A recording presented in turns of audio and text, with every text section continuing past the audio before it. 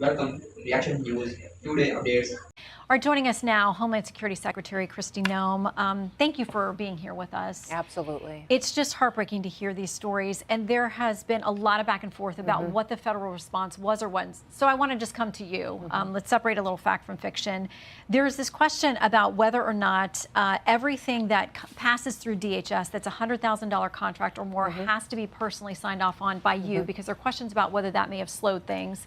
Can you separate fact from fiction for us on that? You know, that policy absolutely did not slow anything down. In fact, as soon as this flooding started early in the morning, I was on the phone with the lieutenant governor, with the governor, with the emergency responders that were there on the ground, and said, what do you need? And then got on a plane and headed there as soon as I possibly could. So I was there within hours.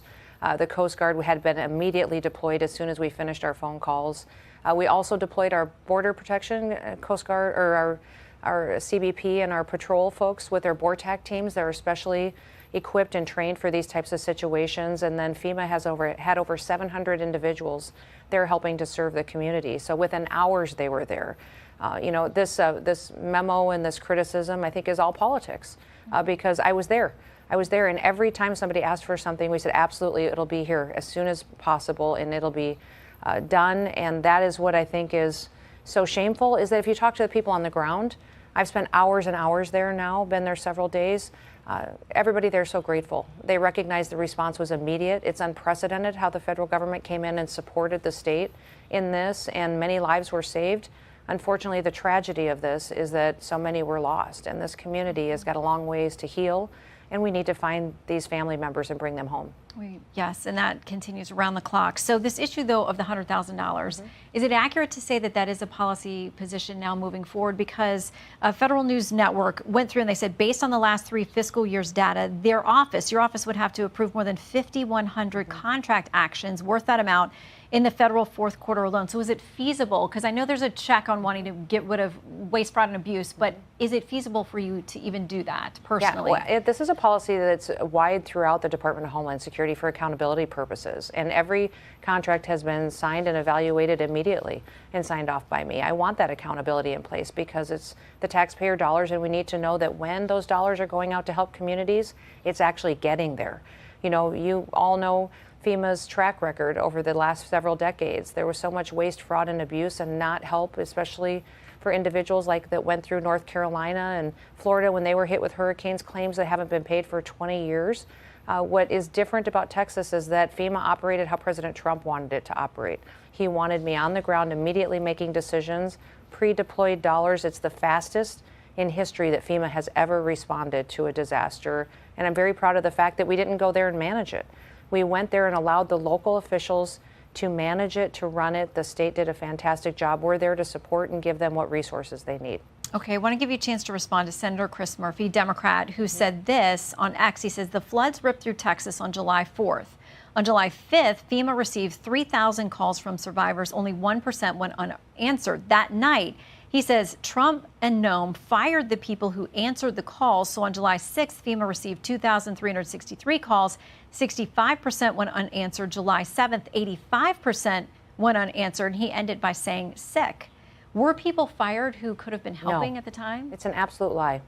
And that's what I think is so disingenuous and horrible about the situation. Nobody was fired. No contracts were ended.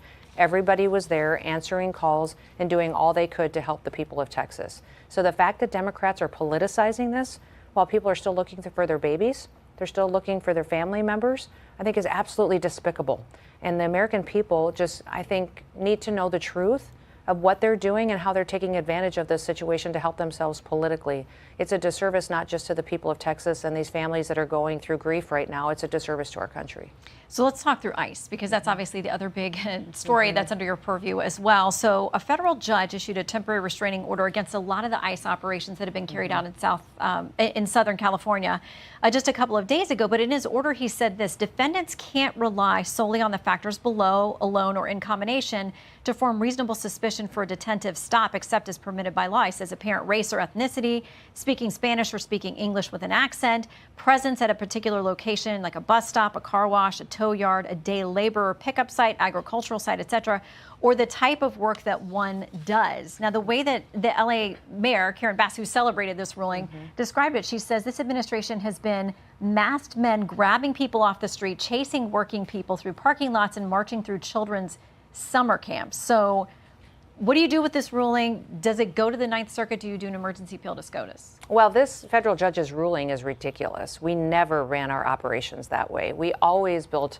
our operations, our investigations on Poetry and recent management, the public expert between start and fidels in times of disaster, not figures pointing and policy Pence is meant to act familiarize in emergencies and any actions that block or slowly shut down failure of responsibilities.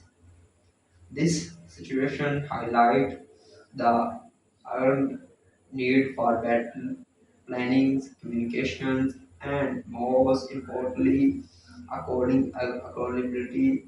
People in Texas needed immediate help, not unnecessary delaying caused by political decisions.